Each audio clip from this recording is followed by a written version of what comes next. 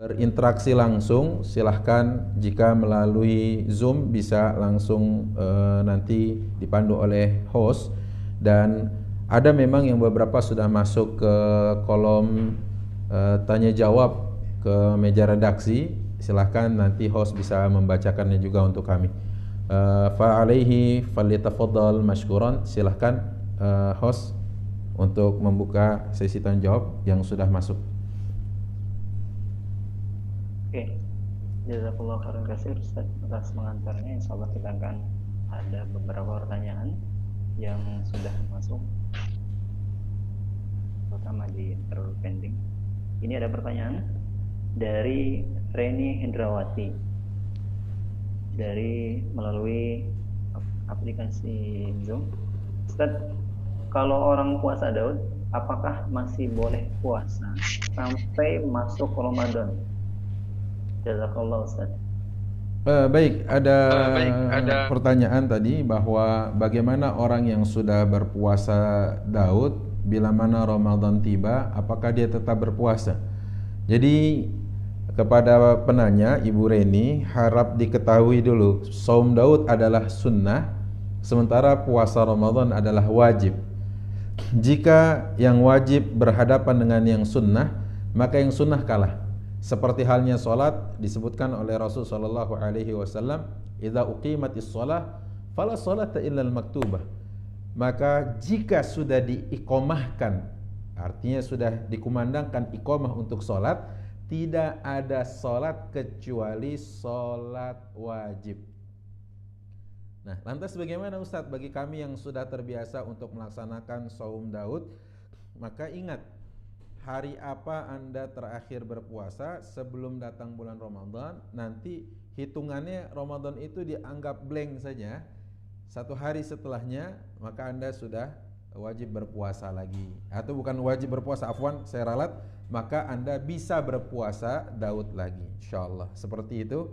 Jadi caranya adalah kalau berhadapan yang wajib dengan yang sunnah, maka yang sunnah kalah. Seperti halnya solat, apabila Anda sedang sholat sunnah qobliyah, terus diiqamahkan qad qamatis salatu qad qamatis salah, saat itu maka sholat wajiblah ya yang ditunaikan, sholat sunnahnya sudah tidak lagi. Wallahu a'lam bishawab. Silakan yang selanjutnya. Ya, Ustaz. Untuk pertanyaan selanjutnya dari akun Zoom Ibu Sofia, dari Ibu Sofia. Assalamualaikum Ustaz. Bagaimana ya Ustaz hukumnya dengan orang yang ilmu agamanya tinggi tapi tidak mau menyampaikan dengan alasan tanggung jawabnya berat? Gimana Ustaz? Ya, baik, pertanyaan tentang bagaimana orang yang tidak mau menyampaikan ilmu agama padahal dia tahu dengan dalih atau dengan alasan bahwasanya tanggung jawabnya berat. Loh, ini sebenarnya harus diluruskan dulu. Ucapan, pendapat seperti itu harus diluruskan. Justru tatkala Allah Subhanahu wa taala menitipkan ilmu kepada kita, itu harus disampaikan. Bukankah Rasulullah SAW menyebutkan balighu anni walau ayat, sampaikan dariku walaupun satu ayat. Ya. Artinya yang kita punya sampaikan. Jangan mengada-ada, jangan takalluf memaksakan diri kalau kita tidak punya ilmunya. Tapi kalau di sana ada hal yang kita ketahui, maka kita harus menyampaikannya. Wajib menyampaikan hal tersebut. Dikarenakan apa? Dikarenakan ada beban dari orang yang berilmu, yaitu menyampaikan ilmu yang telah dia ketahui, dia peroleh. Bagaimana dengan orang yang menyembunyikan ilmu? Misalkan ada orang yang sudah tahu ilmunya terus dia simpan baik-baik. Nah, ini kita katakan bertentangan dengan ayat Allah Subhanahu wa taala. Dalam hadis dari Aisyah radhiyallahu anha wardaha yang diriwayatkan oleh Imam Al-Bukhari nomor hadis 4612, disebutkan bahwasanya Rasul sallallahu alaihi wasallam membacakan ayat dari surat Al-Maidah ayat 67, ya ayyuhar rasul wahai Rasul, balligh, sampaikanlah ma unzila ilaika min rabbika, apa-apa yang diturunkan Allah, ya, apa-apa yang diturunkan oleh Rabbmu kepadamu. Balligh, sampaikan. Ini. Kemudian yang yang sangat bahayanya, kita bisa sama dengan ahli kitab. Maksudnya apa? Karena ahli kitab itu menyembunyikan yang hak,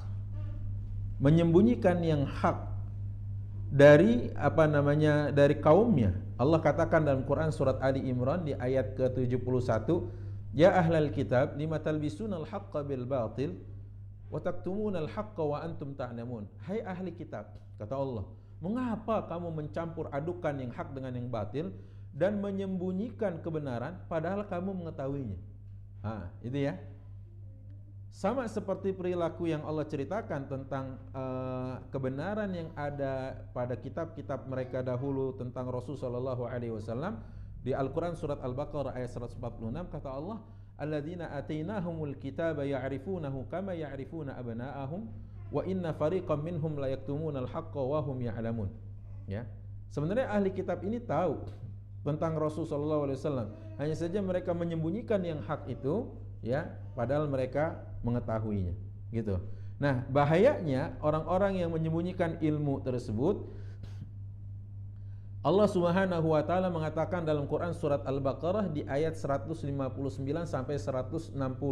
Kata Allah, innal ladzina yaktumuna ma anzalna minal bayyinati wal huda min ba'di ma bayyanahu lin-nasi fil kitab ulaika yal'anuhumullahu wa yal'anuhumul la'inun. Bahayanya ini, kata Allah Subhanahu wa taala, sesungguhnya orang-orang yang menyembunyikan apa yang telah kami turunkan berupa keterangan-keterangan yang jelas dan petunjuk yang nyata setelah kami menerangkannya kepada manusia, kata Allah dalam kitab, mereka itu akan dilaknat oleh Allah dan juga akan dilaknat oleh semua makhluk yang melaknatnya.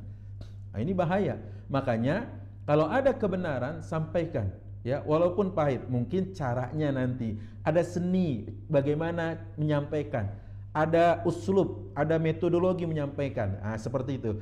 Jangan kita lihat ada kebenaran, ada kemungkaran, kita tahu kebenaran langsung kita gebiak uya, sini duduk sini. Jangan. Kadang-kadang ada timing yang tepat yang harus kita sampaikan. Tetapi yang tidak boleh adalah menyembunyikan ilmu tersebut, karena khawatir seperti yang disampaikan oleh Al-Fakir tadi di dalam ayat-ayat dan hadis-hadis dari Rasulullah SAW. Ditambah lagi ada riwayat yang disampaikan oleh Ibnu Majah dalam kitabnya dari Rasulullah SAW, di mana Abu Hurairah bertutur, katanya, ma min rajulin, dia dengar dari Rasulullah SAW, ma min rajulin yahfadhu ilman, tidak ada seorang pun yang hafal suatu ilmu, kemudian yahfadhu ilman fayaktumuhu, ilmu tersebut disembunyikannya, illa utiya bihi yaumal qiyamah muljaman bilijamin minan nar, kecuali nanti dia datang di akhirat, pada hari akhirat, dalam keadaan dikekang dengan tali kekang dari neraka. Nauzubillahi min dzalik. Wallahu a'lam bishawab. Ada lagi?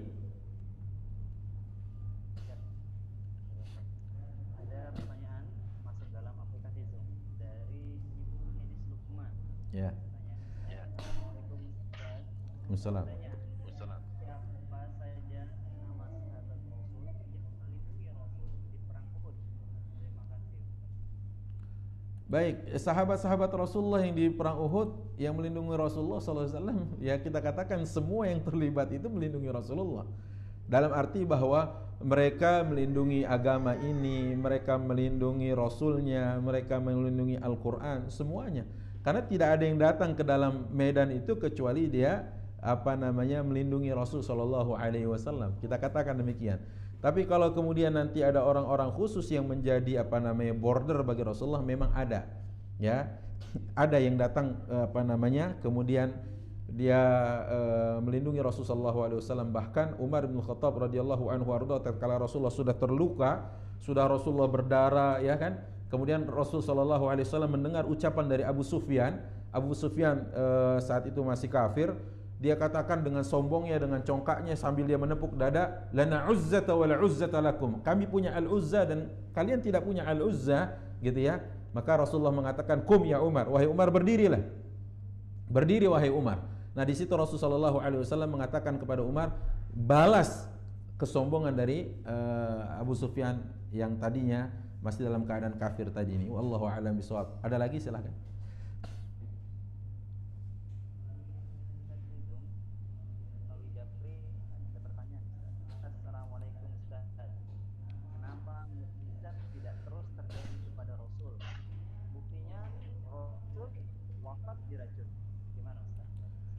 Baik, barakallahu fiik atas pertanyaannya.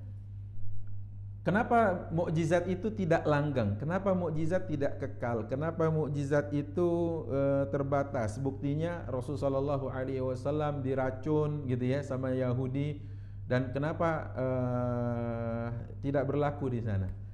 Baik, saya ingin katakan bahwasanya tatkala kita bicara tentang Rasul sallallahu alaihi wasallam, qul innama ana basyarum mislukum yuha ilayya, kata Rasulullah, katakanlah bahwasanya aku ini sama manusia seperti kalian, hanya saja aku diwahyukan. Itu kata Allah dalam Al-Qur'an. Cuma tadi akan saya luruskan bahwa apakah benar Rasulullah sallallahu alaihi wasallam meninggal karena diracun? Saya katakan tidak benar. Karena proses yang diracunnya itu kapan? Kemudian Rasulullah SAW sempat pergi haji, ya. Dari pergi haji ini, kemudian Rasulullah SAW masih bisa beraktivitas sampai beberapa masa. Kemudian pada hari Rabu kalau tidak salah, awal mula beliau sakit, malam Kamis terus akhirnya beliau ngedrop, sempat dalam tanda kutip mencoba untuk keluar dalam keadaan saya ingin sholat berjamaah, dipapah oleh dua sahabatnya, tapi ternyata saat itu makin memburuk sampai akhirnya meninggal dunia. Jadi kalau saya katakan tadi Rasulullah wafat karena memang usia beliau sudah tua, kemudian fisik beliau dipakai selama beberapa puluh tahun, bayangkan bolak-balik Makkah Madinah Makkahnya sudah berapa kali? Kalau satu perjalanan 450 km, baliknya sudah 900 berarti. Ya, dan beliau sallallahu alaihi wasallam umroh 3 kali. Tinggal dikali itu ya, 900 kali 3. Kemudian hajinya sekali, tambah lagi 900 kilo. Belum lagi pertempuran yang beliau lakoni, berapa wilayah, 27 kali bertempur dalam hidupnya Rasul sallallahu alaihi wasallam. Berapa perjalanannya? Ya, ini adalah sebuah data yang kita tidak boleh nafikan. Tapi kalau ditanya apakah kemudian di sana tidak ada mukjizat, saya sampaikan tadi Allah Subhanahu wa taala menakdirkan. Bahkan kalau Allah Subhanahu wa taala telah membidik seseorang dengan rahmatnya, tidak ada kekuatan manapun yang bisa menghalang-halanginya. Begitu sebaliknya, tatkala Allah menakdirkan seseorang kena dengan takdir yang kurang baik baginya, maka siapapun orangnya tidak bisa menghalang-halangi apa yang menjadi ketentuan Allah Subhanahu wa taala. Sekalipun semua umat manusia berkumpul ya, bersatu padu dalam sebuah tanah lapang dengan hati yang sama, dengan tekad dan niat yang sama, maka kata Allah Subhanahu wa taala, maka tidak akan pernah ada yang bisa menghalang-halanginya. Kata Allah Subhanahu wa taala demikian. Dan Rasul pun sudah memberitahu bahwasanya tatkala bicara tentang madarat dan manfaat, tidak pernah bisa mengenai seseorang kecuali dengan izin Allah. Kalau gitu ditanyakan, berarti Yahudi ini diizinkan oleh Allah? Iya, diizinkan dong. Buktinya kena Rasul sallallahu alaihi wasallam. Dan ini adalah memang sudah menjadi suratan takdir Allah 50.000 tahun sebelum Allah ciptakan langit dan Allah ciptakan bumi, gitu ya. Bahwa Rasulullah akan diracun oleh seorang Yahudiyah, seorang Yahudi perempuan saat beliau memakan bagian kambing, gitu ya. Nah, itu bagian dari takdir Allah Subhanahu wa taala. Dan takdir Allah terbagi dua, ada takdir yang bersifat kauni, takdir terhadap alam raya ini, ada takdir yang bersifat syar'i. Nah, takdir kauni boleh jadi sesuatu yang Allah tetapkan, Allah sendiri tidak ridha, gitu loh. Seperti Rasulullah SAW harus meninggal misalkan, atau sebelumnya Rasulullah harus harus diracun, kena racun, Rasulullah giginya copot saat perang Uhud dan sebagainya. Wallahu a'lam bishawab. Baik, ada lagi?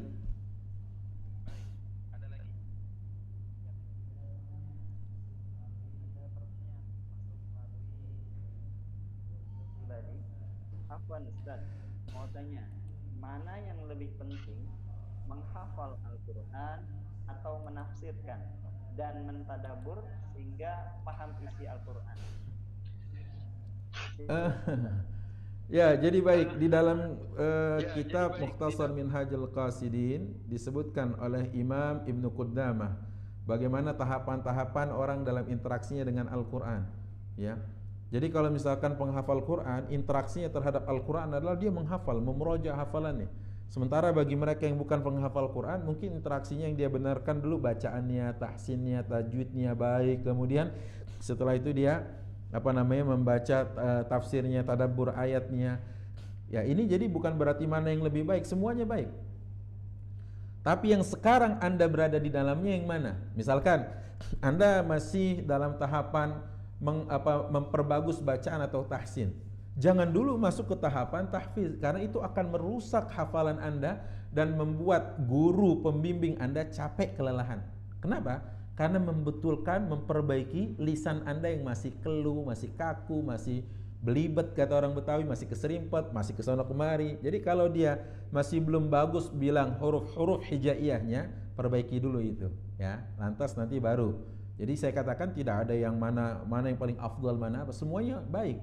Ya, tapi kalau ditanya sekarang kondisi Anda sebagai apa? Kalau kondisinya harus memperbaiki bacaannya, ayo baca dengan baik dan benar. Allah berfirman dalam Quran surat 2 ayat 121, kata Allah, "Alladzina atainahumul kitaba yatlunahu haqqa tilawatihi ulaika yu'minuna bih." Mereka yang kami berikan Alkitab, kemudian mereka membacanya sebenar-benarnya bacaan, maka merekalah orang-orang yang beriman dengan benar-benar keimanan. Wallahu a'lam bishawab. Ada lagi? Ya, ada pertanyaan melalui akun Instagram. Ustaz, ini dari Ibu Caroline Mahdi. Ustaz, apakah guru bisa memberikan syafaat atau menolong muridnya di akhirat kelak? Gimana Ustaz? Baik, apakah guru bisa memberikan syafaat kepada muridnya di akhirat kelak? Jawabannya bisa, insya Allah. Maka merujuk kepada apa yang dikatakan Allah Subhanahu wa ta'ala dalam Al-Quran, surah Az-Zukhruf ayat 67, kata Allah Subhanahu wa ta'ala, a'udzubillahi minasyaitonirrajim, Al-akhillau yawma'idhin ba'duhum li ba'din aduun illal muttaqin. Orang-orang yang berkasih sayang, orang-orang yang membangun cinta kasihnya, loyalitasnya, persatuannya, kalau bukan karena Allah, kalau bukan karena takwa, hari itu kata Allah bermusuhan. Berarti kalau dilihat dari sana, orang-orang yang membangunnya karena takwa, orang-orang yang membangunnya karena ketaatan kepada Allah Subhanahu wa ta'ala, mereka akan bisa terus bergandengan tangan sampai sana, bahkan sampai mereka bisa saling memberi syafaat satu dengan lainnya. Kemudian juga disebutkan dalam Al-Quran di surah Asy-Syu'ara ayat 100, 101, 102. Kata Allah Subhanahu wa ta'ala mengabadikan penyesalan orang-orang yang di neraka, yang enggak punya teman baik, yang enggak punya teman saleh, yang enggak pernah punya kenalan-kenalan yang salihin dan salihat, menyesal mereka. Kenapa? Karena ada yang di neraka tapi dia punya kenalan-kenalan saleh, kenalan-kenalan orang baik. Di dunianya mereka pernah saling membantu, mereka pernah saling mengayomi, mereka pernah saling memberikan perhatian. Akhirnya tatkala saudaranya atau sahabatnya ini di neraka, dia minta kepada Allah, ya Allah, wa bi'izzatika, ya Allah, dengan kemuliaan yang engkau miliki, aku mohon engkau mengeluarkan saudaraku atau sahabatku ini, ya Allah. Kala itu Allah mengeluarkan, begitu dikeluarkan penduduk neraka ramai semua, warga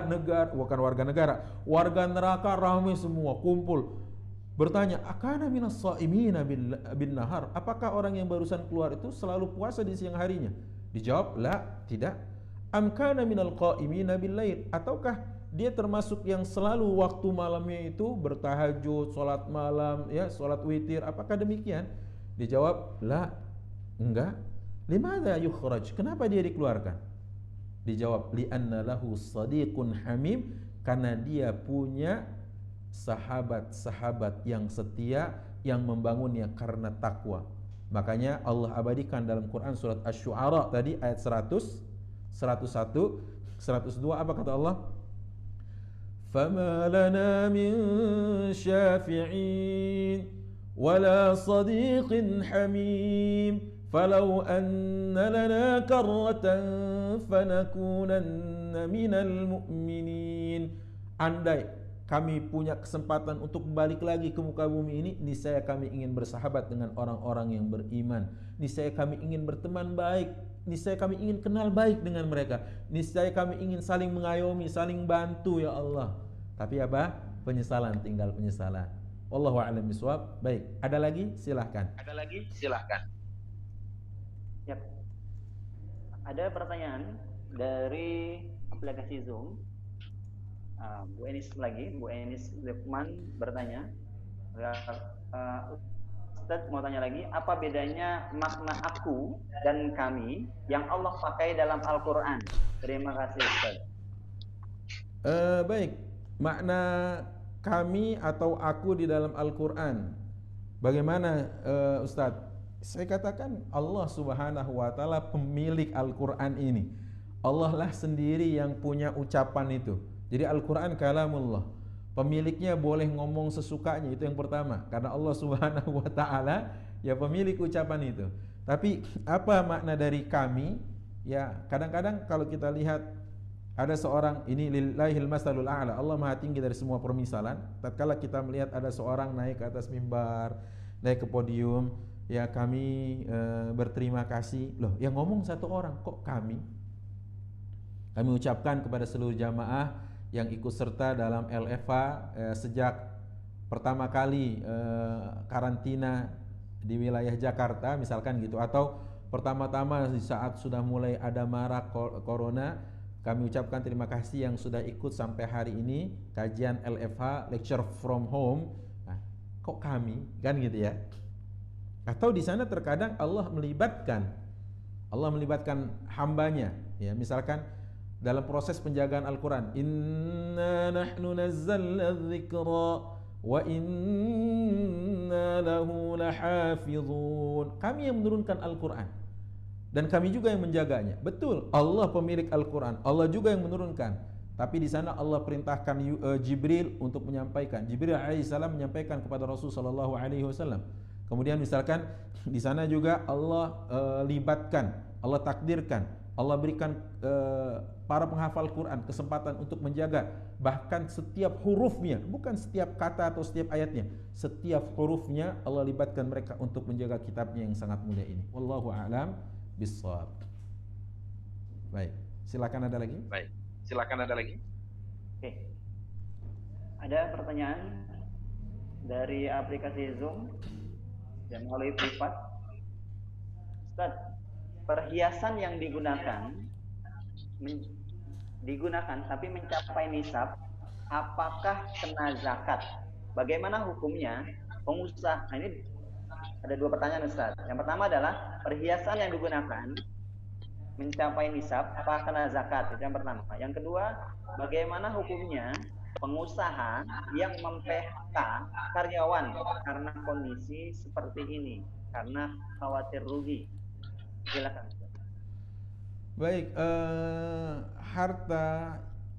harta dalam bentuk emas, jika dia sudah mencapai nisabnya dan haulnya, dia kena zakat. Zakatnya berapa? 2,5%. Kemudian bagaimana hukum seorang pengusaha yang memberhentikan karyawannya secara sepihak? Kita katakan ini adalah zalim. Allah mengatakan dalam Al-Quran, ya ayyuhalladzina amanu aufu bil uqud. Hai orang-orang yang beriman, tunaikanlah janji-janji di antara kalian dan peganglah akad-akad di antara kalian. Aufu bil uqud. Tunaikan. Nah, cuma masalahnya di sini adalah kita tanya dulu, apakah yang dimaksud dari secara sepihak? Sebelumnya sudah ada kontrak untuk jangka waktu sekian ke depan bahwa secara otomatis kontrak kerja kita selesai. Kalau memang ada seperti itu, ya, dan semua sudah sepakat di awal di depan untuk bertanda tangan, kita katakan insya Allah tidak ada masalah dalam masalah atau dalam bab seperti ini. Tapi kalau misalkan dia mengeluarkan kebijakan sepihak yang tadinya misalkan gajinya 5 juta, terus tiba-tiba karena omsetnya menurun, digaji karyawannya tinggal 2,5 juta. Loh, ini namanya sepihak. Kalau yang sepihak ini kita katakan, maaf, itu ada kezaliman. Anda kalau ingin baik, ayo panggil ulang karyawan Anda, kemudian coba obrolkan baik-baik apa yang menjadi menjadi kesepakatan Anda bagi kedua belah pihak. Jangan sepihak, tidak boleh, ya. Wallahu a'lam bishawab. Baik, ada lagi? Silakan. Baik, ada lagi? Iya, silakan. Ada pertanyaan masuk melalui aplikasi Zoom, melalui privat. Assalamualaikum Ustaz. Apakah mungkin orang soleh mau berteman dekat dengan orang yang tidak baik atau sebaliknya karena Allah? Apakah kriteria, ini berarti keduanya, Ustaz. Apakah kriteria berteman karena Allah? Bagaimana bila mereka orang soleh dan yang tidak soleh selama berteman di dunia hanya karena urusan bisnis atau alasan-alasan duniawi lain? Gimana Ustaz? Silahkan. Baik, apakah orang soleh dengan orang tidak soleh bisa berteman? Saya katakan insya Allah. Kalau kita lihat kaidah agak sulit. Kenapa agak sulit? Maksudnya begini, ada kaidah mengatakan inat tuyur ala amthaliha taqa. Karena unggas atau burung hanya akan mampir berkumpul dengan sesamanya. Dia hanya akan berkumpul dengan sesamanya.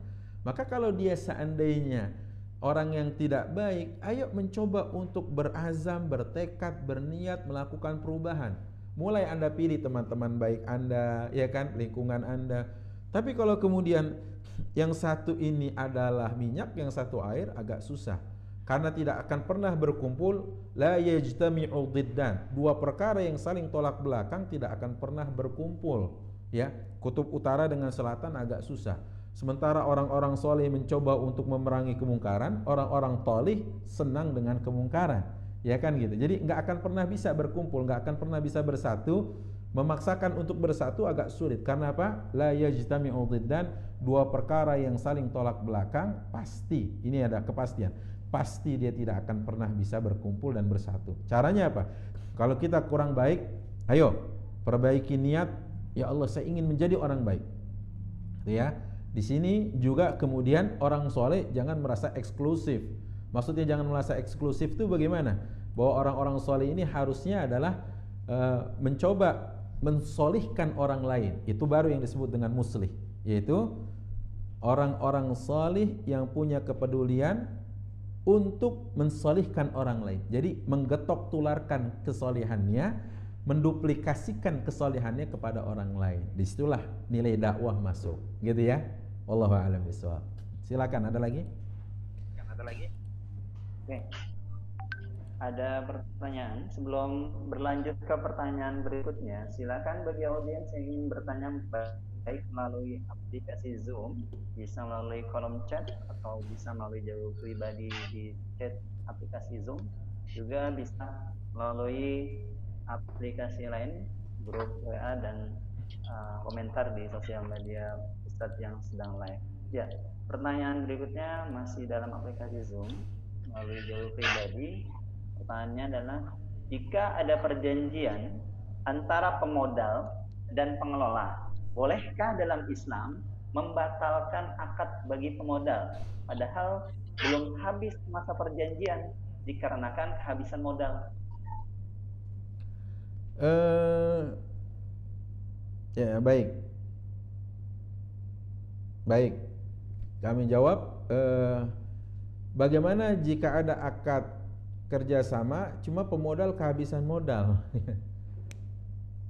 Memang yang harus kita ketahui ilmunya dulu. Akad kerjasama itu pemodal dengan pemilik usaha atau pemodal dengan pemilik kreativitas, pemilik ide, pemilik pemilik keahlian, itu dibangun di depan. Jadi ini harus ada ilmunya nih. Dibangun di depan. Si pemilik modal disebut dengan sahibul mal, si pemilik kreativitas, pemilik ide, pemilik ketangkasan, keahlian, kecerdasan dalam hal ini, dia memiliki itu semua. Nah, dibangun dalam akad itu, yaitu si pemilik modal mau menyalurkan modal berapa. Kemudian dia tidak boleh intervensi kepada si pemilik usaha, hanya dia punya hak untuk mendapatkan presentasi, kejelasan. bisnis apa yang mau Anda buat, kemudian seperti apa kira-kira peluangnya, kemudian kalau kita petakan misalkan tantangannya apa, kemudian kekurangannya apa, peluangnya apa, kan begitu. Semuanya kan pasti harus ada apa namanya hitung-hitungannya sebelum kita melangkah.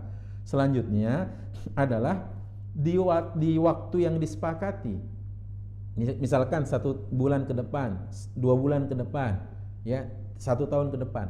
Jadi enggak terus-terusan, enggak. Nanti setelah 1 tahun diperbaharui lagi, gitu. Nah, itu yang disebut dengan nanti akadnya disebut dengan akad mudharabah atau musyarakah. Nah, setelah itu juga di dalam akad dituangkan berapa share-nya. Apakah 50-50, 60-40, apakah 70-30, apakah 20-80. Ini nanti yang disepakati ini disepakati juga atau dipegang komitmennya saat untung dan saat buntung. Saat untung 50-50, ya saat buntung 50-50. Saat untung 70-30, saat rugi juga 70-30. Begitu ya. Jadi dari pertanyaan tadi yang saya tangkap ya belum memahami bahwa seharusnya kalau bicara tentang modal, ya modalnya di depan itu untuk satu term yang kita sepakati dalam bisnis kerjasama kita, gitu ya. Ya, nanti kalau ada force major gimana? Ya di situ juga disebutkan seperti apa klausulnya kalau seandainya terjadi force major, ya nanggung sama-sama gitu dan sebagainya, ya sesuai dengan kesepakatan persentase yang telah kita sepakati. Wallahu a'lam bishawab. Silakan ada lagi? Ya, silakan jika ada yang ingin bertanya melalui aplikasi Zoom bisa melambaikan tangan. Ya, sebelumnya ada pertanyaan masuk kembali melalui Japri. Ustaz, pada kajian sebelumnya. Mohon izin suara antum tidak masuk. Oke, sebentar.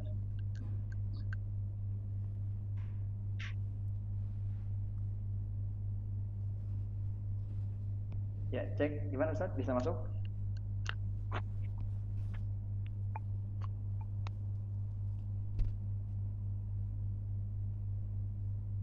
Ya.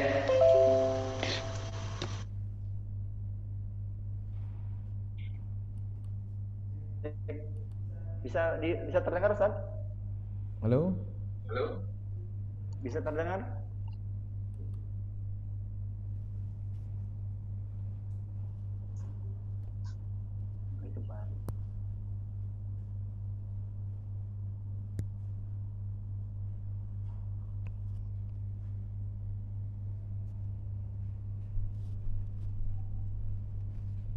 Halo? Baik, sudah terdengar. Ya, baik, terdengar. Ada pertanyaan melalui Japri. Ustadz, pada kajian sebelumnya Ustadz pernah membahas mengenai uang riba yang dipakai untuk membangun toilet. Pertanyaannya, apakah itu berarti kita bisa tetap bekerja di lembaga ribawi? Bagaimana Ustadz? Silahkan.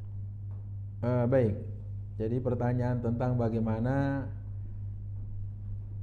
status orang yang tetap bekerja di lembaga ribawi. Kalau kemarin ada ucapan uang riba disalurkan saja untuk pembangunan umum, WC umum dan sebagainya. Maksud saya adalah seperti ini. Jika dalam niatan Anda ingin migrasi, Anda ingin keluar, Anda ingin berhijrah, Anda ingin pindah dengan azam dan tekad yang kuat, dengan niat yang mantap, dengan semangat yang bulat. Tetapi dalam prakteknya masih ada sesuatu yang dalam proses ini butuh butuh tahapan dan waktu.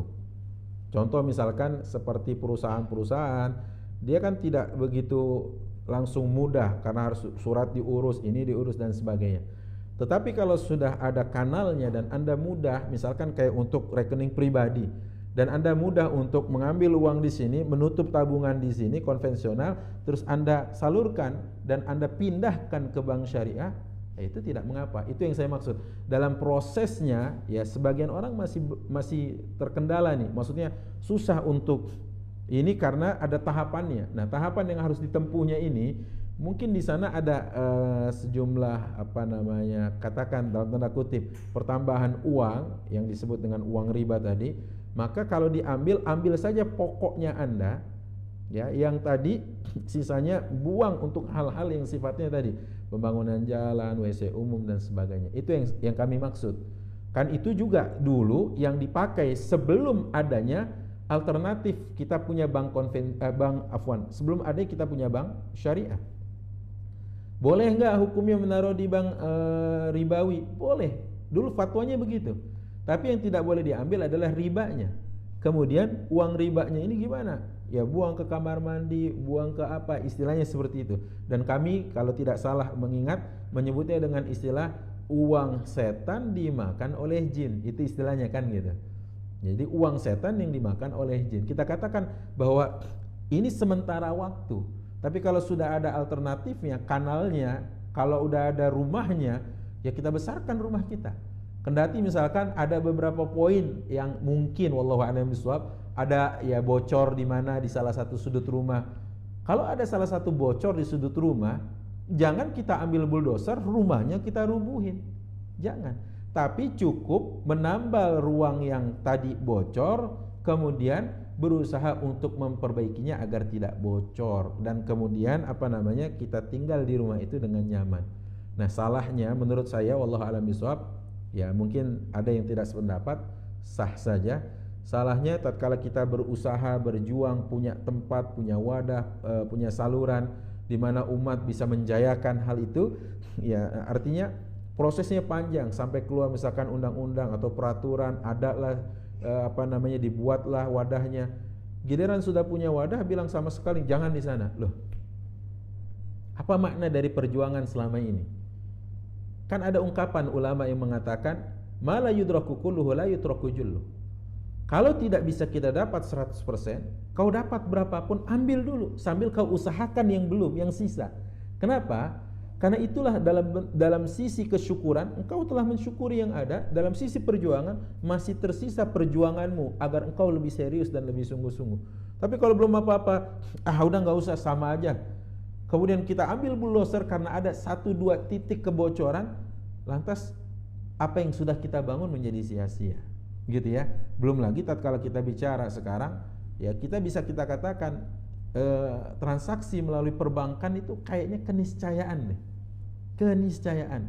Anda katakan keniscayaan gimana? Bisa terwujudnya sebuah apa namanya transaksi dan sebagainya dalam jumlah besar, dalam angka dan nominal yang besar. Nggak mungkin Anda bawa cash begini kan. Misalkan transaksi 3 miliar bawa uang cash. Dari sisi amniah, keamanan berbahaya, gitu kan? Ini diantaranya. Ada yang lebih besar dari itu. Kalau Anda pengusaha besar, mungkin transaksinya udah bukan 3 miliar lagi, tapi sudah 2 digit atau bahkan 3 digit miliarnya. Gimana? Apa Anda bawa begini? Itu juga kesulitan. Nggak mungkin juga ngitungnya kapan, ya transaksinya, sementara habis waktu di sana. Maka kita katakan sekali lagi adalah dalam hal seperti ini kita harus apa namanya, lihat dengan cara fikir yang insaf, pertengahan. Jika ada sesuatu pencapaian dari para pejuang-pejuang bank syariah yang mencoba untuk menegakkan bagaimana nilai-nilai syar'i ini ya bisa terwujud, perjuangkan dengan maksimal. Tapi jika di sana masih ada yang kurang, ya jangan kemudian yang sudah terbangun dihancurkan, dirusak lagi. Wallahu a'lam bishawab. Jika ada yang lain silahkan kalau ada lagi. Ya. Yap. Ada pertanyaan kembali di aplikasi Zoom melalui jalur pribadi. Pertanyaannya, dalam kondisi sekarang, mana yang didahulukan? Membayar hutang terlebih dahulu atau bersedekah karena kerabat membutuhkan? Gimana Ustaz? Silahkan. Baik, mana yang lebih didahulukan dalam kondisi seperti ini? Mendahulukan bayar hutang atau membantu kerabat yang sedang susah? Baik, membantu kerabat yang sedang susah mungkin fardunya, kalaupun memang ini fardu, mungkin fardunya fardu alal kifayah, fardu kifayah. Tetapi kalau Anda membayar hutang, itu urusan Anda dengan pemilik uang. Jadi itu fardu ain. Tolong lihat, Prioritaskan mana? Bayar hutang dulu atau sedekah dulu? Bayar hutang. Ya, karena ini wajib. Sifatnya aini, sifatnya adalah mengikat secara pribadi. Sementara bersedekah, membantu, kifayah. Ada orang lain. Kalau bukan Anda yang membantu, orang lain bisa membantunya. Gitulah. Dan nanti Anda tatkala ditanya oleh Allah Subhanahu wa taala tentang hutang yang masih menggantung, na'udzubillah min dzalik. Rasul pernah tidak mau menyolatkan orang yang berhutang 2 dirham. Sampai ada sahabat yang yatakaffal bidainihi, yang menanggung hutangnya. Yang kedua, Rasulullah sallallahu alaihi wasallam bersabda, nafsul mu'min mu'allaqatun bidainihi. Seorang muslim itu atau seorang ruhnya tergantung-gantung antara langit dan bumi karena hutangnya. Sampai kapan? Sampai dilunasi hutangnya tersebut. Yang ketiga, kalimat Rasul sallallahu alaihi wasallam yang mengatakan al-an baridat jaldatu, sekarang kulitnya baru adem.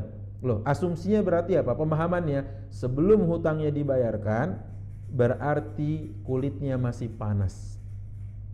Yang selanjutnya, seorang mujahid yang mati syahid, semuanya akan dia dapat kecuali satu, urusan hutang ditahan dulu sejenak. Karena ini urusan hakul adami, selesaikan dulu di sini. Betul ya? Jadi saya katakan sekali lagi, urusan Anda membantu orang lain mungkin fardu, tapi fardu 'alal kifayah. Tapi urusan Anda membayar hutang itu fardu 'alal a'yan. Ya, fardu ain, sifatnya kembali kepada diri Anda sendiri. Wallahu a'lam bishawab. Ya, silakan jika ada lagi. Monggo. Siap. Atas jawabannya, ada pertanyaan. Tadi ada terpenggal mungkin di slide berikutnya, tapi ini berbeda kayaknya.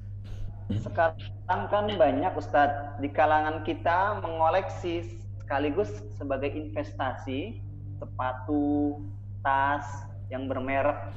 Apakah tetap dikenakan zakat 2,5% selama belum terjual? Gimana Ustadz? Silahkan. Baik, pertanyaannya akan saya tanya balik, akan saya tanya ulang.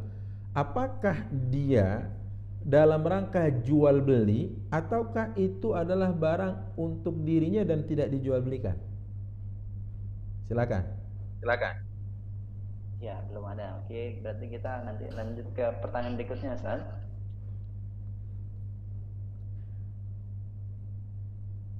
Ya, ada pertanyaan kembali dari aplikasi Zoom. Assalamualaikum Ustaz, Ana Wendy. Maaf, saya mau tanya, bagaimana hukum dari kalau kita mengalami kebangkrutan sedangkan usaha itu ada investornya? Ya, baik. Jadi kalau kita bicara tentang kebangkrutan dalam bisnis yang kita bangun bersama investor, seperti penjelasan saya beberapa menit yang lalu. Ya kan di sana ada namanya akad kerjasama, musyarakah, mudharabah. Pasti ada share. Yang penting Anda selaku pengelola uang, pengelola modal, Anda tidak melakukan tindakan taksir. Apa itu taksir? Taksir itu artinya adalah di mana seorang melakukan sebuah kecerobohan. Misalkan tokonya saat dia tutup dia tidak gembok, atau malah dia, kata orang Betawi, dia ablak begitu, dia buka aja. Seraya ingin dia katakan walaupun tidak terucap, halumu, ayo sini, ayo para maling kemari, kan gitu. Anda pasangin CCTV, Anda pakaikan gembok, mungkin Anda pakaikan alarm, sudah semua itu ternyata dibongkar maling. Itu lain lagi ceritanya, ya.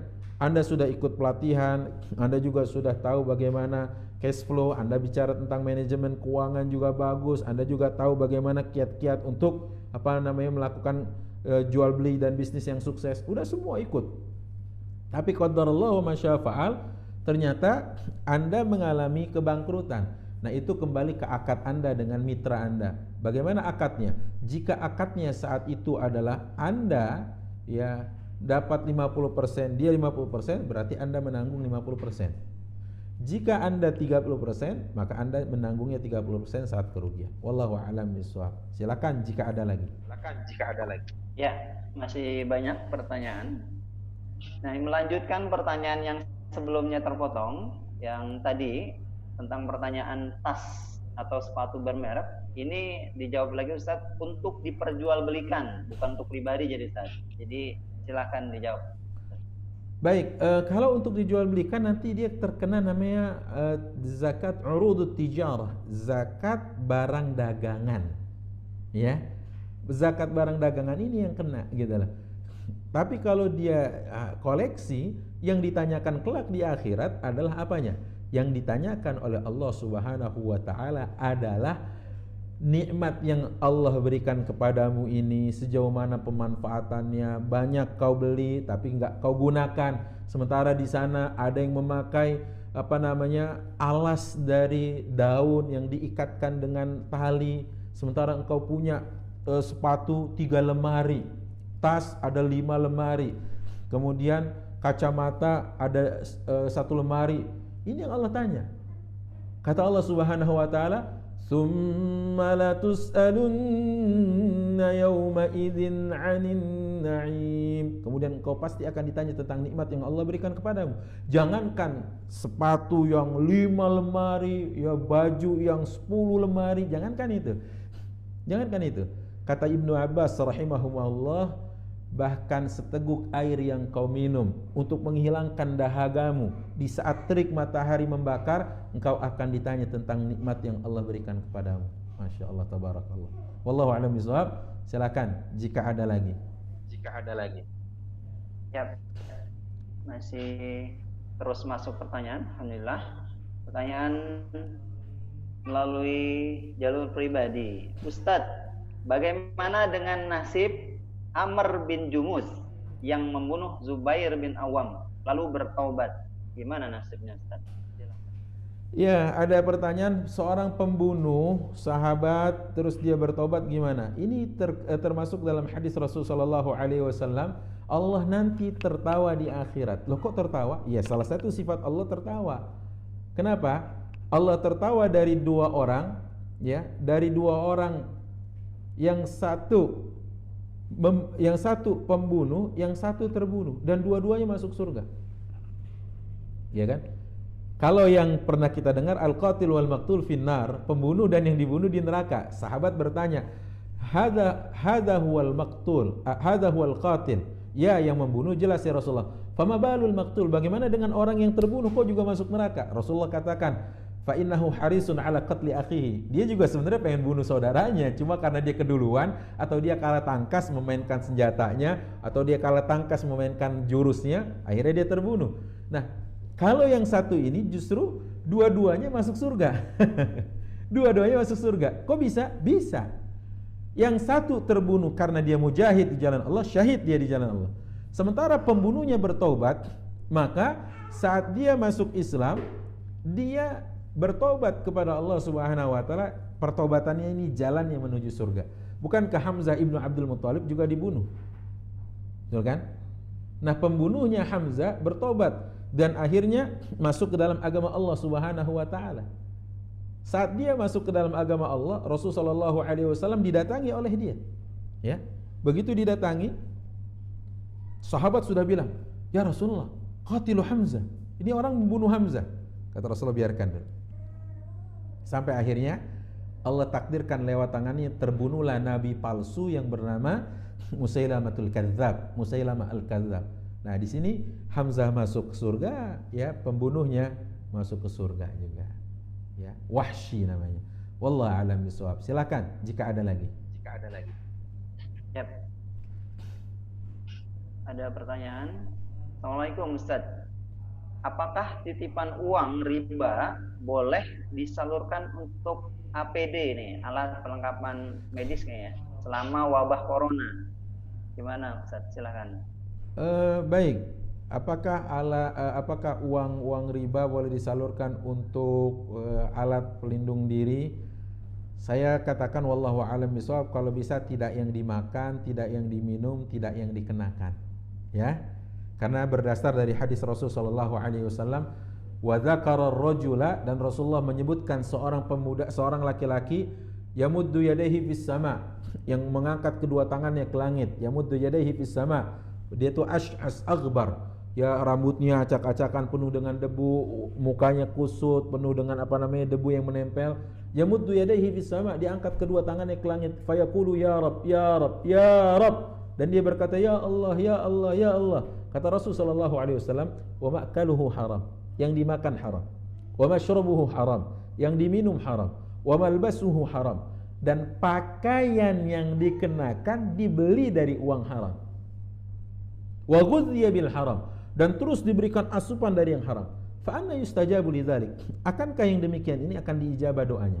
Nah, saya Al-Fakir wallahu a'lam bishawab. Semoga jawaban saya benar. Maka berdasar dari ucapan Rasulullah dan pakaian yang dibeli dari uang haram, maka dari situ kalau bisa berikan yang terbaik untuk para petugas medis, adalah pejuang di garda terdepan untuk membeli pakaian alat pelindung diri tadi, karena dia dikenakan. Ya, karena dia dikenakan. Karena Rasulullah mengatakan yang dimakan, yang diminum, yang dikenakan. Berarti yang kalau bisa jangan yang dimakan, jangan yang diminum, jangan yang dikenakan. Dalam hal ini ya kayak tadi, kamar mandi, toilet, gitu, jalan umum dan sebagainya. Wallahu ta'ala bishawab. Silahkan jika ada lagi. Yap. Ada pertanyaan melalui jalur pribadi. Ustaz, Ana izin bertanya. Saya seorang pengusaha, penyedia jasa. Pertanyaan saya, apakah sebaiknya saya menolak permintaan proyek masuk dari lembaga ribawi? Misal bank-bank yang membutuhkan jasa pemasangan CCTV, apakah itu artinya saya turut membantu dalam menyukseskan kegiatan ribawi dari klien? Gimana Ustaz? Silakan. Baik, wallahu a'lam bishawab. Kalau kita runut seperti itu, maka nanti akan banyak yang bersinggungan dengan hal-hal itu. Contoh misalkan yang langsung atau tidak langsung, Anda pergi ke luar negeri menggunakan pesawat. Pesawat itu diinvestasikan ya oleh siapa? Oleh bank-bank konvensional.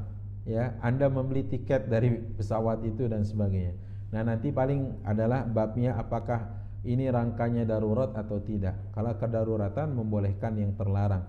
Tapi kalau Anda punya kewaraan, kehati-hatian untuk hanya memilih dari klien-klien yang Anda ketahui dengan jelas perputaran uangnya dari yang halal, maka semoga Allah memberkahi usaha Anda. Wallahu a'lam bishawab. Silakan jika ada lagi. Ya. Ada pertanyaan melalui aplikasi Zoom. Tahun ini melahirkan, tahun depannya menyusui, tahun depannya lagi hamil. Bagaimana membayar hutang puasa yang bertumpuk-tumpuk bagi perempuan ini, Ustaz?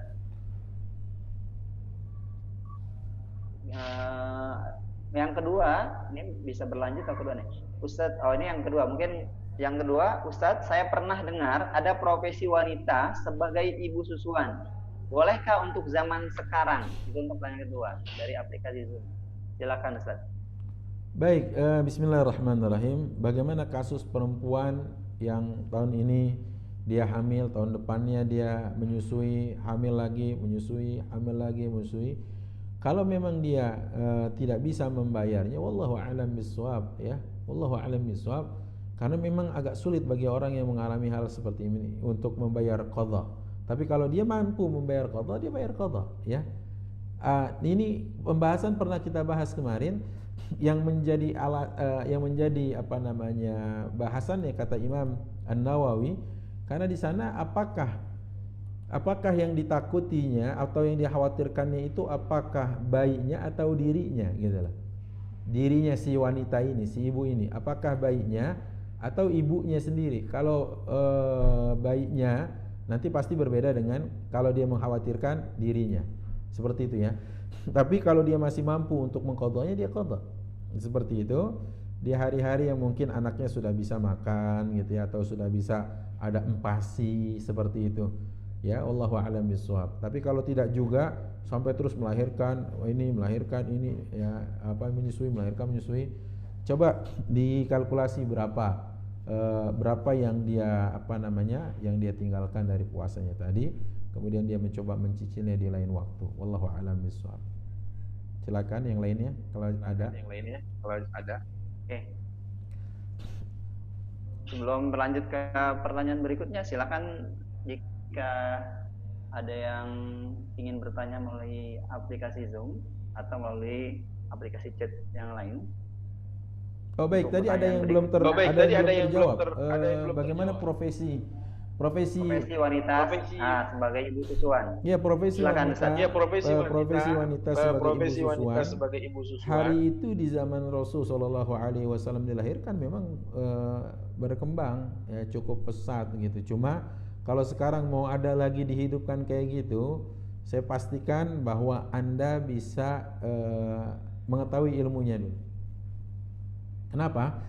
Karena khawatirnya meminum dari Anda sekian kali kenyang dan itu menjadi batas sebagai kemahroman, Anda tidak beritahu karena Anda tidak tahu ilmunya, terjadilah nanti pernikahan saudara sepersusuan, maka akan membuat kerancuan di dalam kehidupan, dan ini berbahaya karena hukum menikah dengan saudara sepersusuan adalah haram. Jadi kalau ditanya, kalau mau membuka lagi kayak gitu gimana Ustadz? Yang ya malah ini menjadi pemikiran yang saya baru dengar, karena sekarang yang sudah banyak adalah banyak relawan yang tergabung dalam komunitas peduli ASI, sehingga mereka menjadi pendonor ASI. ASInya bisa ditaruh di sebuah wadah yang aman dari kontaminasi wadah plastik dan sebagainya, kemudian ditaruh di freezer misalkan, baru dipanaskan di saat dia ingin diberikan. Cuma saya pun juga pernah diminta, istri saya gitu ya, karena pemilik ASI itu suami, saya diminta oleh dokter yang menangani istri saya dalam proses persalinan. Saya bilang jika mampu menjaga dan men-tracking nanti siapa yang minum ASI dari istri saya ini agar tidak terjadi pernikahan sesama satu susuan, saya bilang tafadhol, silahkan. Karena kan itu bagian dari penyelamatan nyawa. Kadang ada orang yang butuh ASI gitu kan, karena ibunya tidak keluar ASInya, karena ibunya sakit, karena ibunya wafat, karena macam-macam alasannya. Maka waktu itu tidak disanggupi, maka saya pun tidak berani memberikan izin. Kalau seandainya ada yang menyanggupkan saat itu, ya saya katakan mungkin bisa. Karena apa? Setetes ASI di saat ada bayi yang membutuhkan itu sangat berarti bagi mereka gitu ya, dan kita telah menjaga kehidupan. Tapi kalau menjadi catatan dari saya, kalau seandainya dia bisa menjaga betul, men-tracking siapa yang minum ASI ini, itu akan jadi lebih baik. Wallahu a'lam bishawab. Silakan, ada lagi? Oke, ada pertanyaan melalui jalur pribadi. Assalamualaikum Ustaz. Saya pernah dengar kalau orang yang memberi makan orang yang berpuasa mendapatkan pahala yang sama dengan orang yang berpuasa. Pertanyaannya, apakah itu artinya kita mendapatkan 2 pahala puasa? Dan kalau iya, apakah itu kita bisa puasa 30 hari dapat pahala 60 hari? Betul nggak begitu Ustaz? Silakan. Baik, bismillahirrahmanirrahim. Ini yang selalu kami gaungkan dan ini menjadi moto kami di komunitas Syamam. Beramal cerdas di waktu terbatas. Jadi kalau kita lihat jenis ibadah itu ada 2. Ada yang bersifat mudayyak, ada yang bersifat muwassa'. Mudayyak itu apa? Pelaksanaannya terbatas, waktu pelaksanaannya hanya bisa sekali. Sementara muwassa' itu luas, sehingga dalam waktu yang tersedia seorang bisa melaksanakan beberapa kali. Contoh, kayak sholat zuhur, ya, menuju sholat asar 3 jam. Ini soal matematika dari saya.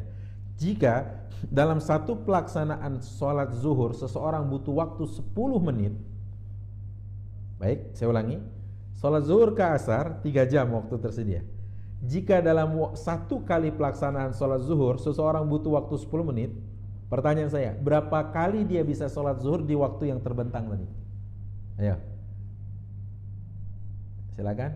Yang bisa jawab boleh pulang duluan.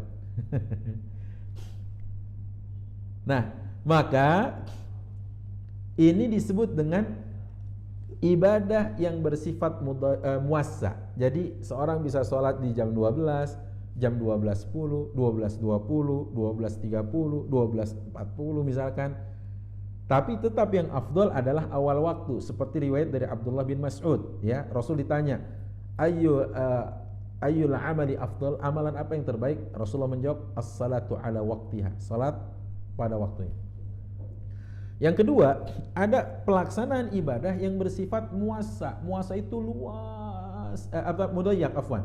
Yang sifatnya mudayyak sempit. Kalau tadi muasa luas, ini ada yang sifatnya adalah sempit. Yang sempit itu gimana?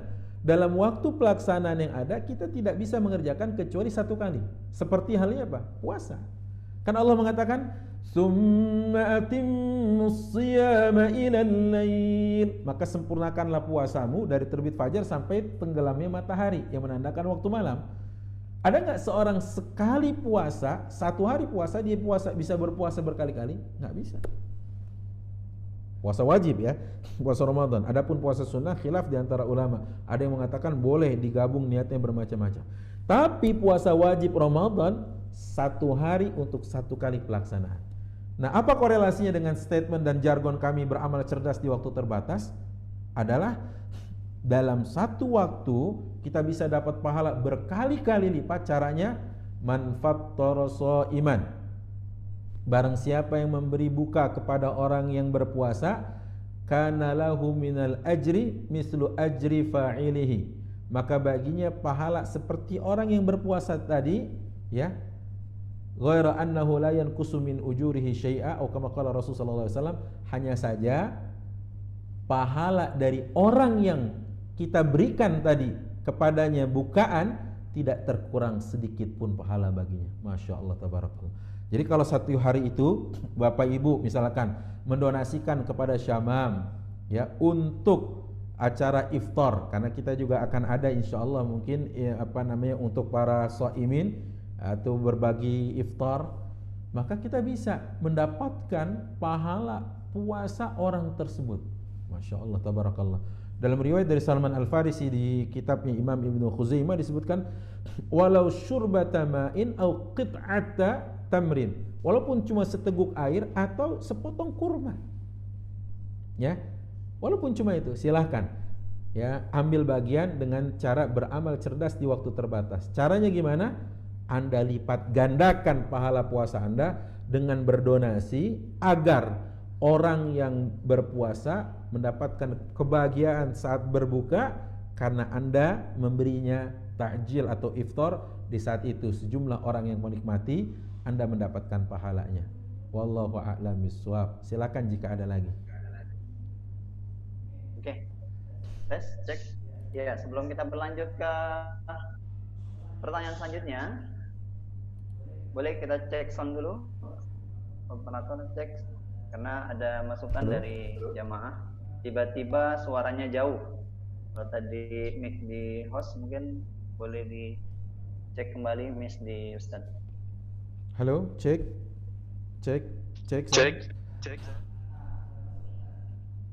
Baik. Oke. Yap. Boleh lanjut Ustadz? Silakan. Oke, pertanyaan dari aplikasi Zoom dari Bu Ita Itong. Pertanyaannya, Ustadz, saya mau nanya, kalau ada orang adopsi anak laki-laki dan kebetulan adik dari yang adopsi itu juga sedang menyusui anaknya juga, akhirnya anak adopsi itu juga ikut disusui, apakah anak adopsi itu menjadi satu mahram dengan ibunya, yang kakak beradik dengan ibu yang menyusui itu? Bagaimana Ustadz? Silakan. Baik, bismillahirrahmanirrahim. Ada kasus seorang perempuan mengadopsi seorang anak. Kemudian anak yang diadopsi ini disusukan atau diberi susu oleh adik atau kakak dari ibu adopsinya ini. Karena dia juga qadarullah sedang punya anak bayi. Apakah nanti anak bayi ini menjadi mahram ya apabila besar dengan ibu adopsinya? Kita katakan tidak. Kenapa? Karena yang mahram dengan yang menyusuinya saja. Wa ummahatukum minar radha'ah, kata Allah, dan ibu-ibumu yang menyusuimu, bukan saudara ibumu yang menyusuimu, bukan, ya kan? Ibu-ibumu yang menyusuimu. Nah, ini yang menjadi mahram. Itu yang tidak boleh. Ya, Anda menikah dengannya dan sebagainya, gitu ya. Tapi kalau seandainya seperti yang ditanyakan kasusnya, apakah ibu adopsi ini menjadi mahram karena adiknya menyusui anak adopsi tersebut? Kita katakan tidak. Ya. Wallahu a'lam bishawab. Silakan jika ada pertanyaan lagi dari yang lain. Pertanyaan lagi dari. Yap. Ada pertanyaan melalui jalur pribadi. Fulanah berpesan ke suami, kalau nanti suami meninggal, harta suami silahkan dibagi-bagi ke keluarga suami. Padahal punya anak laki-laki dan perempuan. Bagaimana ini Ustaz? Baik. Apakah wasiat seorang perempuan, seorang istri kepada suaminya saat dia masih hidup, dia katakan nanti harta ini semua bagikan aja kepada keluargamu karena keluargamu baik dan sebagainya, maka saya katakan kalau seandainya seperti ini, Anda lihat dulu, Anda punya anak, adalah ahli waris, anak laki-laki pula. Anak laki-laki menghijab, hijabnya adalah sempurna. Nah, apalagi tatkala Anda mengatakan demikian, terus tidak ada aset yang tersisa, itu namanya zalim. Padahal Allah mengatakan, kalau ini wasiatmu kepada suamimu, Allah berwasiat kepadamu. Allah berwasiat kepada suamimu. Allah berwasiat untuk anak-anakmu. Allah berwasiat kepada semua yang mengaku beriman kepada Allah. Kata Allah, yusikumullahu fi auladikum lidzakari mithlu hadzil unsayain. Allah berwasiat kepadamu bagi anak laki-laki 2 bagian daripada anak perempuan. Jadi anak perempuan 1, anak laki-laki 2. Apakah wasiat seperti ini hak atau batil? Kita katakan batil.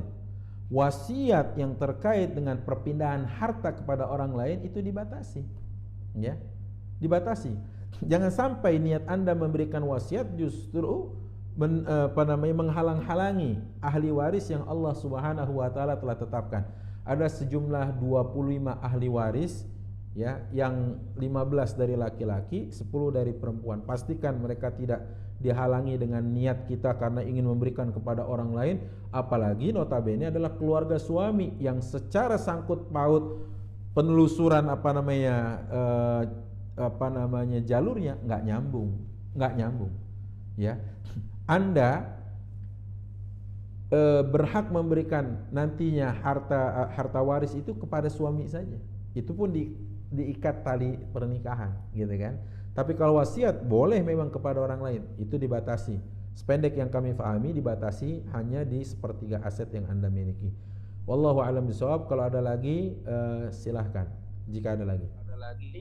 Silahkan. Jika ada lagi. Yap, masih ada 2 pertanyaan, tapi ada 1 pertanyaan jadi 3. Cuma 1 pertanyaannya buat break aja ya, Ustadz, dari ini Galaxy Tab A. Mohon penjelasan perihal minuman di depan Ustadz. Gelasnya besar dan tidak seperti minuman biasa. Apa tuh Ustadz? Ya, minuman yang saya minum ini adalah madu dengan campuran lemon, ya. Lemon yang diiris-iris, dikasih madu, terus dikasih es, itu segarnya Masya Allah luar biasa, ya. Allah alam bisawab. Silakan dicoba untuk kebugaran dan stamina tubuh kita, apalagi jelang Ramadan seperti ini, ya. Silakan jika ada lagi. Oke, syukran. Ada 2 lagi, tolong. Yang pertama dari aplikasi Zoom.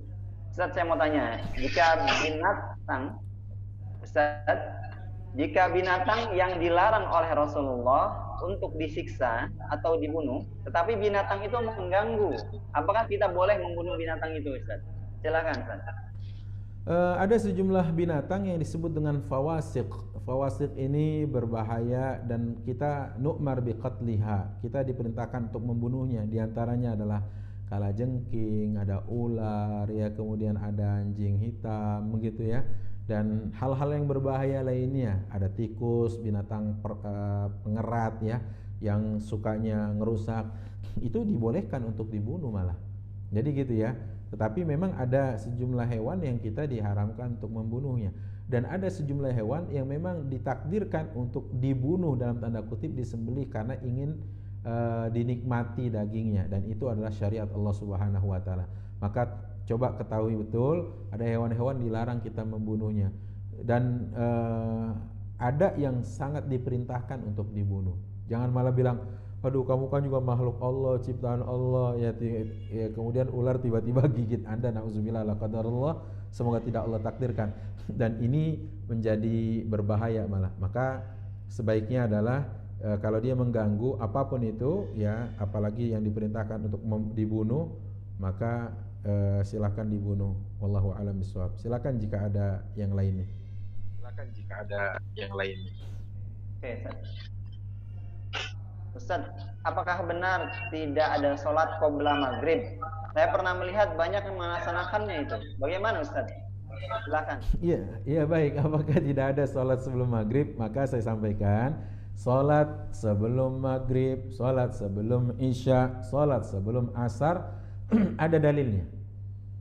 Pertama dalilnya adalah kata Rasulullah SAW, ma baina adzanaini shalah. Di antara azan dengan iqamah terdapat sholat. Itu satu. Kedua, dalil khusus tentang sholat sebelum asar. Rasulullah mengatakan sallallahu alaihi wasallam, rahimallahu mra'an shalla arba'an qabla al-'asr. Semoga Allah merahmati seseorang yang sholat 4 rakaat dia sholat sebelum asar. Jelas ya? Tertuang itu. Yang ketiga adalah apa yang dikatakan Rasulullah SAW, dan itu ada di dalam riwayat Bukhari, dalam Ibnu Hibban, dalam sahihnya. Kata Rasulullah, sallu qabla al-maghrib, sallu qabla al-maghrib, sallu qabla al-maghrib. Salatlah kalian sebelum maghrib, salatlah kalian sebelum maghrib, salatlah kalian sebelum maghrib. 3 kali diulang oleh Rasulullah SAW. Hanya saja di kalimat yang keempat Rasulullah mengatakan liman sya'a, bagi yang ingin, bagi yang mau, ya, bagi yang berkehendak. Nah, cuma para ulama akhirnya mengkategorikan dan mengklasifikasi. Ada yang sunnah muakkadah, ada yang ghairu muakkadah. Ada yang sangat-sangat kuat dianjurkan untuk dikerjakan, seperti 2 rakaat sebelum subuh, 2 atau 4 rakaat sebelum zuhur, 2 rakaat setelahnya, 2 rakaat setelah maghrib, 2 rakaat setelah isya gitu. Dan adapun yang lainnya seperti 4 rakaat atau 2 rakaat sebelum asar, dan kemudian 2 rakaat sebelum maghrib dan 2 rakaat sebelum isya, itu dikategorikan adalah katanya ghairu muakkadah. Saran saya, wallahu alam, ya, saran saya sikat aja semuanya. Apa maksudnya sikat semua? Kerjakan aja. Muakkadah, ghairu muakkadah itu kan pembagian yang dilakukan oleh para ulama saja. Diklasifikasi. Adapun kedudukannya bahwa itu adalah ibadah tambahan bagi kita, semoga menjadi tambal, semoga bisa menjadi penutup dari apa yang kurang dalam khusyuk kita pada salat wajib, ada kurang konsentrasi kita pada salat yang 5 waktu. Jadikan itu sebagai penambal, gitu ya. Dan gak ada ruginya kok kalau seandainya kita kerjakan. Jangan berdebat. Yang ada malah berdebat. Gak ada kok sholat sebelum maghrib. Padahal sama-sama gak tahu dalilnya. Padahal kalau tahu dalilnya, Rasulullah SAW mengatakan apa? Sallu qabla al-maghrib, sallu qabla al-maghrib, sallu qabla al-maghrib, liman sya'a, bagi yang mau. Tetapi kepada penanya dan kepada kita semua yang mendengarkan kajian ini, jika Anda berada di suatu masjid, di mana di sana masjid tersebut tidak memberikan spare waktu untuk seorang melaksanakan sholat sunnah qabliyah maghrib, sholat sunnah qabliyah isya, misalkan habis azan la ilaha illallah, sudah nih, dia langsung berdiri atau dia langsung bilang lagi Allahu akbar, Allahu akbar, asyhadu an la ilaha illallah, maksudnya qomat, jangan Anda protes. Karena apa? Di mana bumi dipijak, di sana langit dijunjung. Anda pendatang, Anda musafir, Anda numpang sholat. Kapan waktunya kalau mau memberitahu? Nanti. Ya, kalau Anda punya kelapangan waktu dengan tidak terkesan menggurui, kepada siapa? Kepada orang-orang yang punya wewenang untuk menetapkan. Ya, karena dia DKM masjid misalkan gitu, maka persilahkan Anda kasih masukan. Kalau dipakai alhamdulillah, kalau enggak jangan mutu. Gitu ya. Baik, silakan jika ada lagi. Ya, ada beberapa pertanyaan, tapi ini mirip dengan pertanyaan sebelumnya, sehingga insyaallah ini sekaligus menjawab pertanyaan ini yang sebelumnya. Yang pertanyaan adalah apakah sholat ba'diyah Jumat itu ada? Jadi udah terjawab Ustaz ya? Sudah terjawab ya? Sudah terjawab ya? Iya, sudah terjawab. Tidak usah dijawab, insyaallah ada dan sesuai dengan pendapat Ustaz tadi. Ya, kita lanjut ke pertanyaan berikutnya dari melalui aplikasi Zoom, melalui jalur pribadi. Assalamualaikum Ustaz. Kalau ada orang yang pernah melakukan penanaman modal 10 juta misalnya, namun pembagian hasilnya dihitung berdasarkan pokok modal, tidak berdasarkan keuntungan usaha. Misalnya 2% per bulan dari modal 10 juta dan itu berlangsung selama setahun. Jika ini termasuk riba, apakah pembagian hasil tersebut harus dikembalikan seluruhnya ke pelanggan? Bagaimana Ustaz? Silakan. Baik, terima kasih atas pertanyaannya yang masuk. Jadi bagaimanakah orang yang melakukan seperti ini? Saya ingin berikan pemahaman gini. Anda waktu membangun akad, itu tatkala Anda membangun akad, tertuang di dalamnya ongkos, produksi, biaya apa dan ini sebagainya, pembayaran billing internet, pembayaran billing listrik, pembayaran billing air, pembayaran billing telepon. Itu semuanya sudah dimasukkan dulu. Baru setelah itu nanti keuntungannya berapa itu yang dibagi. Gitu ya. Baru itu yang nanti dibagi, di-share bersama mitra Anda, gitu ya. Wallahu a'lam bishawab, sehingga nanti Anda bisa membagi sama-sama pikulan kepada mitra Anda. Jadi yang ditanggung dari bisnis ini ya sama-sama kan gitu, menanggung ini dan sebagainya, sehingga akhirnya kita bisa berkah dalam berbisnis seperti ini. Wallahu a'lam bishawab. Jika ada lagi silakan. Terakhir mungkin ya. Oke, ada pertanyaan, boleh ada 2 Ustaz, gimana? Boleh deh, kita kasih karena bonus ini hari Ahad ya, jelang Ramadan kita harus banyak berbagi. Ya. Ada pertanyaan kembali dari Bu Ita Itong melalui aplikasi Zoom. Ustaz mau nanya lagi, kalau kita dagang, apakah ada kewajiban zakat dari keuntungannya? Gimana cara ngitungnya Ustaz?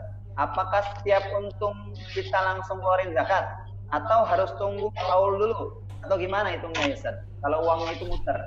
Silakan Ustaz. Iya, cara menghitungnya adalah apakah sudah setahun sama kita bisnis itu, nanti baru kalau sudah mencapai nisabnya baru dikeluarkan 2,5% dari urudut tijarah, uang barang dagangan Anda. Karena kalau dan itu juga ulama mengatakan dipastikan cara menghitungnya adalah uang dari tanggal dari kalender Hijriyah katanya. Nah, ini pentingnya, makanya berilmu sebelum kita beraktivitas sebenarnya. Cuma kadang kita udah nyemplung gitu ya kadang-kadang, tapi better late than never, lebih baik terlambat daripada nggak ngerti sama sekali. Sehingga akhirnya kalau kita sudah paham ilmu ini, ayo, karena bisnis, jual beli, ya, dagang, transaksi ini bukan cuma untung rugi loh, bukan, sekali lagi bukan, tapi ini adalah surga atau neraka kita ya, sehingga kita jadi lebih berkah dengan apa yang kita bawa pulang, jadi lebih maslahat dengan apa yang kita makan gitu ya. Insyaallah ini jadi menambah nilai ketaatan kita di hadapan Allah Subhanahu wa taala. Baik, penanya terakhir ya tadi ya, betul ya, silakan. Oke, ini pertanyaan terakhir. Maaf diakhirkan karena juga saya sebenarnya belum menangkap, tapi insyaallah mudah-mudahan Ustadz bisa menangkapnya. Ini Ustadz, saya pernah berniat memberikan bantuan sembako untuk para gelandangan. Ketika saya coba perhatikan, ternyata jumlahnya terlalu banyak para gelandangannya, sedangkan paket sembako yang saya bawa tidak terlalu banyak, sehingga saya mengurungkan untuk bersedekah. Afwan Ustadz, bagaimana hukumnya? Apakah saya tetap mendapatkan kebaikan ini walaupun nggak jadi? Ya. Ya, semoga Allah menambah rezeki Anda, melapangkannya jadi lebih luas, menggandakannya, sehingga akhirnya Anda bisa mampu memberikan semua gelandangan yang Anda nilai banyak tadi, ya, jadi lebih merata pembagiannya.